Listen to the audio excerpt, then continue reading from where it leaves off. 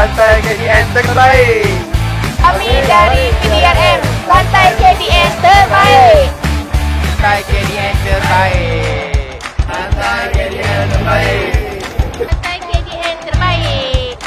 Santai KDN terbaik. Kembali lagi kita ke Santai KDN, podcast yang akan membincangkan pelbagai perkara dalam ruang lingkup Kementerian Dalam Negeri. Hari ini kita akan fokus lagi tentang isu di bangunan Sultan Iskandar. Dan dalam beberapa siri yang telah kita kongsikan sebentar tadi, kita telah kongsikan berkenaan dengan apa peranan yang Jabatan Immigration mainkan dan apa pembaharuan yang telah diketengahkan. Dan kali ini kita akan menekankan lagi tentang pembaharuan-pembaharuan yang telah dikemukakan, diperkenalkan oleh Jabatan Immigration, Kementerian Dalam Negeri untuk memudahkan urusan rakyat yang sering menggunakan laluan tersebut di dunia pada hari ini. Jadi sekali lagi bersama Tuan Adam yang sudi menemani kami. Terima kasih. Sidi kedua dah. Susah-susah je jemput. Ya, sidi kedua dah, walaupun dengan isu yang sama, tapi isu ni cukup menarik, isu yang cukup dekat dengan rakyat. Betul. Tadi kita kongsikan tentang kita mengecilkan peranan kaunter, maksudnya daripada beberapa kaunter yang kena lalu jadi tinggal satu atau dua kaunter saja. Kemudian dari segi pencahayaan, walaupun orang rasa macam takkan ni bagi kesan, tapi sebenarnya benda tu cukup memberi kesan. Dan ada lagi beberapa perkara yang pembaharuan yang diperkenalkan yang cukup memberi nilai tambah dalam aspek mengurangkan kesesakan di bangunan Sultan Iskandar ni. Jadi antaranya tuan mungkin boleh kongsikan. Ramai sebut tentang M-Bike. Apa benda M-Bike ni? M-Bike ni sebenarnya satu sistem yang kita adakan di pintu masuk, khususnya di BSI dan juga KCB, bagi memudah carakan rakyat Malaysia untuk keluar masuk Malaysia Singapura. Jadi sistem M-Bike ni dia satu pelekat sebenarnya, just pelekat, tapi dalam tu ada ciri-ciri keselamatan dan juga sistem dalam situ tersebut lah. Ditampalkan di dalam pasport. Jadi dia akan lalu di lorong M-Bike khas, letak pasport, thumbprint, jalan. So dalam masa 8 second ataupun 8 saat tu dia dah clear daripada segi laluan mereka untuk keluar masuk. Walau bagaimanapun, kita mendapati rupanya M-Bike ni mendapat perhatian yang serius daripada pihak ICA Singapura. Kita punya counterpart immigration, Immigration Custom Authority. Mereka datang pada 27 hari bulan 2 tahun lepas. 28 hari bulan 2 tahun lepas. Diketuai oleh komisioner mereka sendiri dan juga pegawai-pegawai kanan atasan mereka untuk belajar melihat bagaimana pengoperasian M-Bike ni dapat menyeraikan trafik ni dengan lebih pantas. Selepas beberapa bulan, mereka dapati bahawa mereka tidak dapat juga mengejar Malaysia. So ni maksudnya antara perkara dipelopori oleh Malaysia secara langsung. Secara langsung, yang telah menyebabkan kita pelepasan motosikal kita cepat, kita akan sangkut di Singapura. Jadi daripada Singapura ke Malaysia, di Malaysia cepatlah, tapi cuma di Singapura tu dia sedikit sangkut sebab mereka punya untuk pintu kawalan masuk motosikal ni dia orang strict sikit. Contoh, mereka terpaksa minta penunggang motosikal ataupun rakyat Malaysia ni tutup enjin motosikal, tolak motosikal, buka helmet. Di helmet adalah tempat mereka menyeludup rokok dan sebagainya. Dah jadi benda perkara lain lah. Itu menyebabkan mereka terpaksa strict sikit dalam pintu kawalan masuk untuk motosikal ni. Jadi itu antara contoh cukup baik yang telah Malaysia perkenalkan, yang mendapat perhatian daripada pihak Singapura, our counterpart. Ya, betul. Singapura. Satu sudut lain pula tentang saya dok baca tentang quick response team. Yes. Quick response team ni tadi tuan kata ada unit yang memantau. Adakah dia yang sama juga atau quick response team ni dia ada peranan lain? Penugasan lain. Quick response team ni dia lebih kepada backup kepada kumpulan-kumpulan. Contoh apabila pegawai-pegawai pergi solat, pergi break, lunch break dan sebagainya. Ini yang orang marah tu. Ni yang marah ni. Time tu pula MB pula datang kan. Time dia pergi solat subuh. Kena pula time tu. Time solat subuh, time tu pula MB datang. Jadi bila dia datang, mana pegawai? Pegawai pergi solat. Okey, tak apa, saya duduk, saya tunggu di kaunter ni. Dia pun tunggu. Pegawai pula lepas solat pula 5 km sejam pergi ke kaunter. Jadi hamba Allah tu dia marah lah. Betul lah tu kan. So kita dah ada quick response team untuk backup hamba Allah yang pergi solat subuh, isyak, maghrib sebagainya, makan termasuk break. Dan ini membantu sebab quick response team ni dia ada satu team yang bekerja 12 jam. Okay. Dia bukan yang macam kumpulan ABCD ni yang bertugas antara 8 hingga 9 jam per shift. Yang ini 12 jam terus. Dan quick response team ni dibantu pula oleh tim-tim lain, unit-unit lain, unit pentadbiran, unit kewangan, unit pematuhan, unit penguatkuasaan. Mereka ni apabila ramai pegawai yang tak ada, cuti emergency, cuti sakit dan sebagainya, mereka akan fill in the blank untuk menjadikan dalam tim quick response team. Maksudnya takkan ada kelompongan dalam tempoh waktu tu. Ideally macam tu lah, tapi kadang-kadang kita tak dapat nak jangka apabila memang tak ada orang langsung. Selain daripada tu, kadang-kadang kita melihat bahawa kaunter-kaunter ni kosong. Dia palangnya X kat situ. Itu sebab pula kan? Itu ialah bangunan tu dah lama, tahun 2008, dan operasi dia 24/7.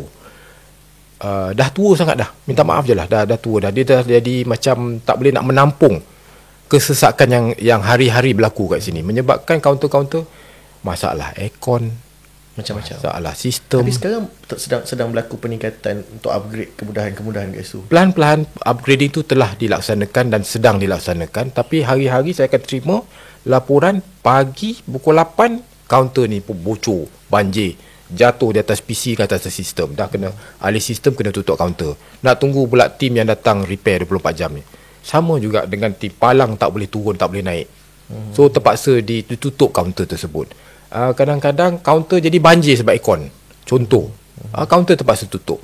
So hari-hari tak kurang 3 ataupun 4 aduan yang saya terima untuk memaklumkan bahawa kaunter tersebut tak boleh dioperasikan sebab beberapa perkara. Itulah antara punca-punca yang kena palang X tu. Ya. Tak boleh guna tu. Tapi dalam masa yang sama kerajaan pun memperuntukkan untuk membaik pulih.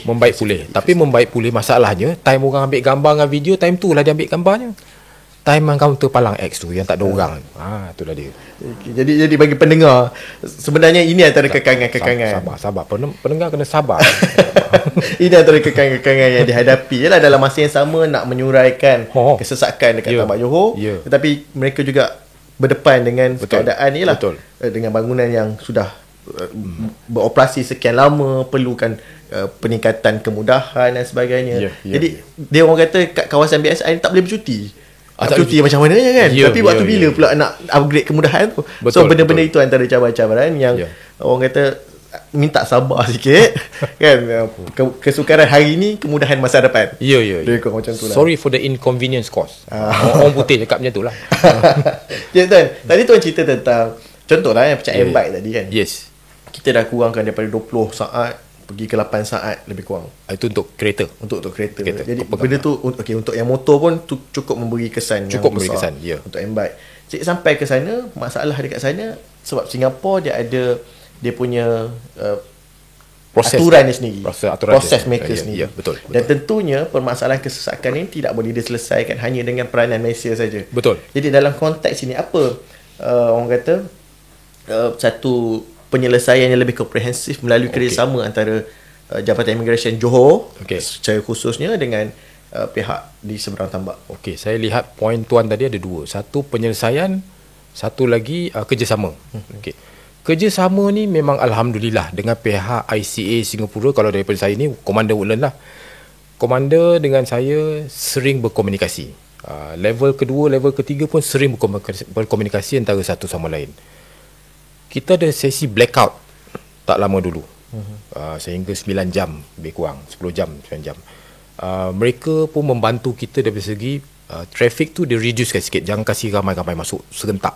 Dia slow downkan sikit. Dia tutup beberapa kaunter menyebabkan di sana sesak sikit. Tapi di sini luar biasa sesak sebab tak ada electricity.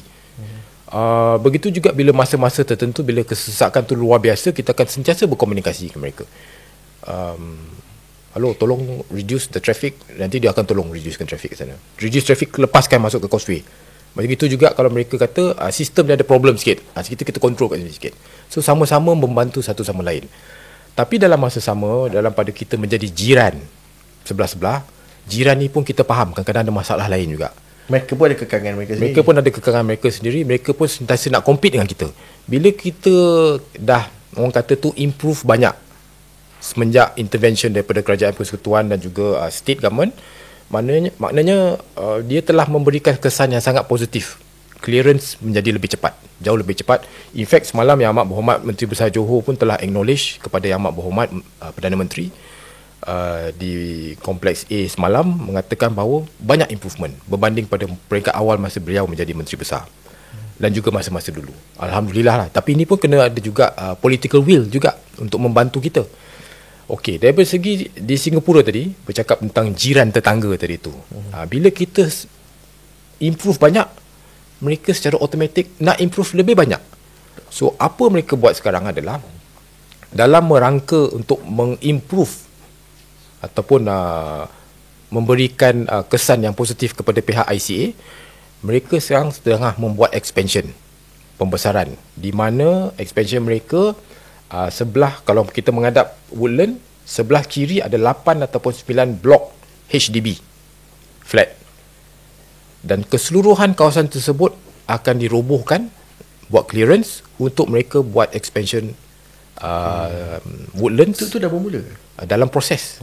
Yang mengekang mereka adalah 3 bidang tanah yang ada di sana, bidang tanah kepunyaan Malaysia, yang masih mereka berusaha untuk membeli.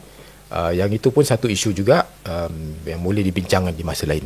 Cuma bila mereka membuat expansion tu nanti, selepas acquire ataupun beli ataupun pajak dan sebagainya, Woodland akan menjadi 3 kali besar daripada BSI. So bila 3 kali besar daripada BSI, maknanya mereka pun sedang dalam proses nak compete. Jiran jiran kita beli langsir bang, dia pun nak beli langsir baru juga, dia beli sofa baru, kita pun beli sofa baru. Jadi macam tu lebih kurang. So mereka akan membuat expansion sehingga dia akan menjadi 3 kali ganda besar daripada BSI. Lebih itu satulah. Selain daripada itu, mereka dalam proses untuk menambah e-gate. Sekarang kerajaan Singapura di Changi, di Tuas dan juga di Woodland telah ada 800 e-gate yang sangat canggih menggunakan teknologi AI dan sebagainya, facial recognition. Saya dah cuba, pasport diletak, tak sampai dalam 5 saat kita dah keluar dari palang tersebut.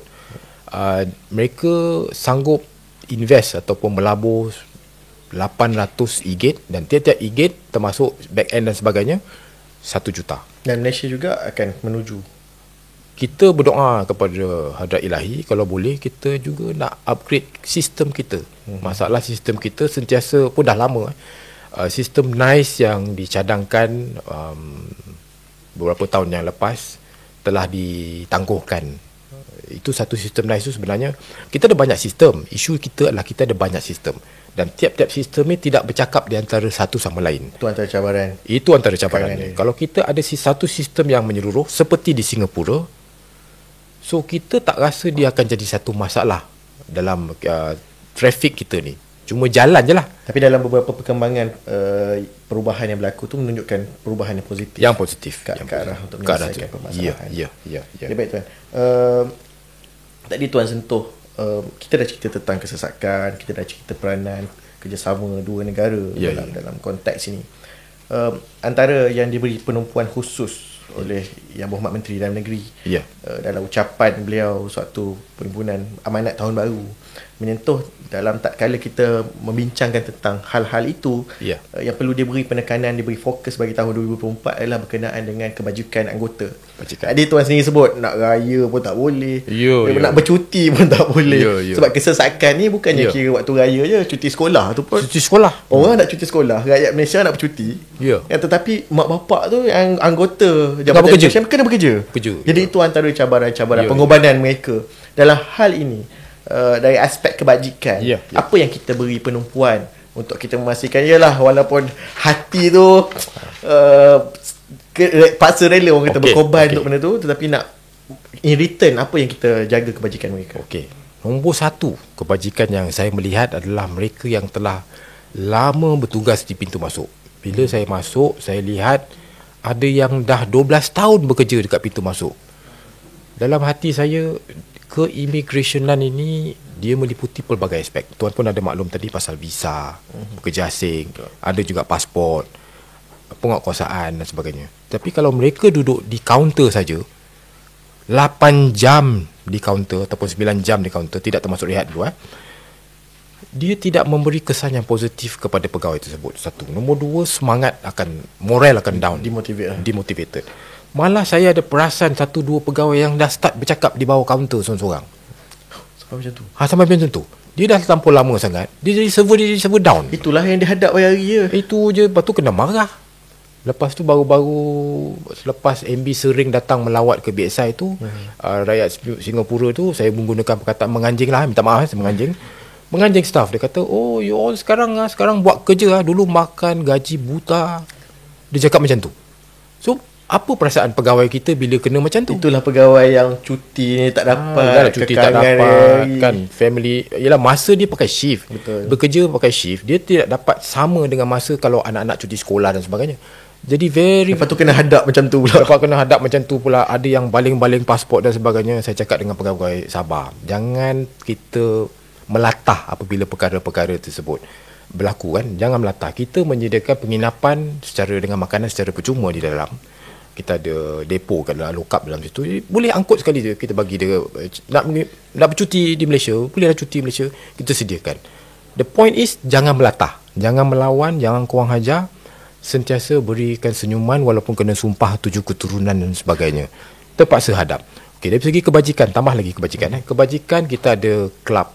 Tadi yang pertama tadi tu, oleh kerana yang 12 tahun, moral diorang tu 7 hingga 12 tahun yang dah bertugas di BSI, duduk kerja cop pasport saja, kita minta mereka kalau boleh bersama dengan pihak Immigration HQ dan juga Sir Tropika Headquarters Johor, bersama-sama kita keluarkan mereka by fasa dan pergi hantar kat tempat-tempat lain lah kalau boleh. Jangan ada pertukaran tu.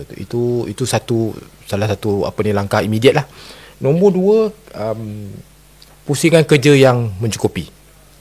Maknanya dia jangan duduk di kaunter saja. Kalau saya tak dapat cover, minta mereka keluar dalam masa terdekat melalui HQ, saya akan buat orang pusingan kerja di dalam BSI. Hantar mereka pergi buat admin pergi tukar ke penguatkuasaan dan sebagainya, supaya mereka dapat merasa ke tugas-tugas yang lain selain daripada job pasport ni.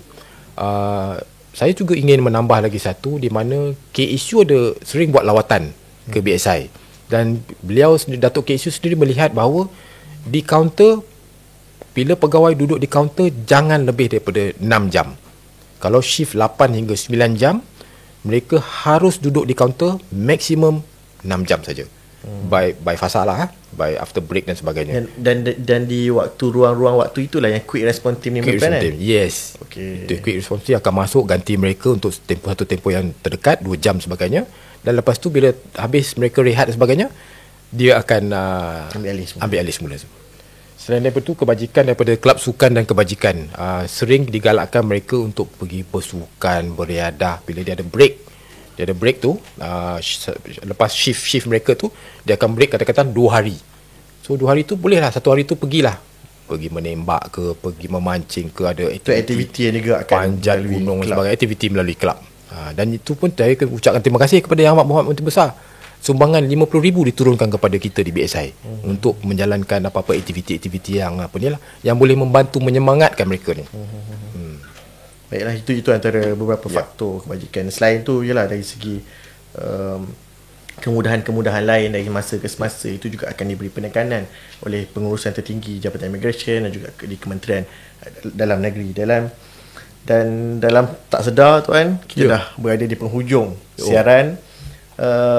Banyak perkongsian tuan berikan daripada seri pertama baru ni hinggalah sekarang, dari segi peranan yang kita mainkan, kerjasama antara negara, kebajikan, anggota, tentunya dari segi pembaharuan yang kita kenal pasti, yang kita ketengahkan, dan harapan di akhir kan, dalam kerangka ni, dalam konteks ni, untuk pengurusan BSI ni secara keseluruhannya, apa harapan tuan, di mana tuan lihat fokus yang perlu diberi penekanan bagi tahun 2024 dan mendatang? Untuk yang akan datang, saya percaya bahawa dijangka masa panjang dia ada dua elemen kat sini. Satu adalah elemen manusia.